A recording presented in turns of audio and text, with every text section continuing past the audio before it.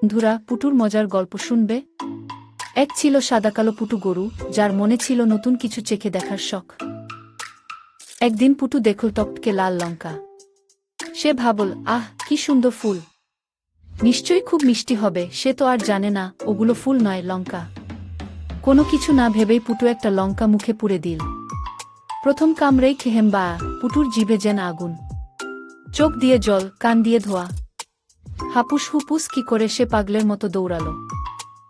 রতন ছুটে এসে এক বালতি জল এনে পুটুকে খাওয়ালো। জল খেয়ে পুটু আরাম পেল। রতন হাসতে হাসতে বলল, কি রে পুটু, আর লঙ্কা খাবি? পুটু মাথা নেড়ে বলল, না বাবা, জীবনেও না। বন্ধুরা, পুটুর মতো তোমরাও অচেনা জিনিস থেকে সাবধানে থেকো। এই মজার গল্পটা কেমন লাগলো কমেন্ট করে জানিও, আর বন্ধুদের সাথে শেয়ার করো। কেমন লাগলো পুটুর লঙ্কার বিপদ গল্প? আশা করি পুটুর এই মজার কাণ্ড দেখে আপনার মুখে হাসি ফুটেছে। এমন আরও দারুণ দারুণ মজার গল্প আর অ্যানিমেশন দেখতে চাইলে এখনই আমাদের চ্যানেলটি সাবস্ক্রাইব করুন।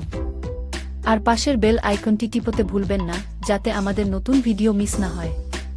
আপনার বন্ধুদের সাথেও শেয়ার করুন এই হাসির গল্প। দেখা হবে পরের ভিডিওতে, ততক্ষণ পর্যন্ত ভালো থাকুন, সুস্থ থাকুন।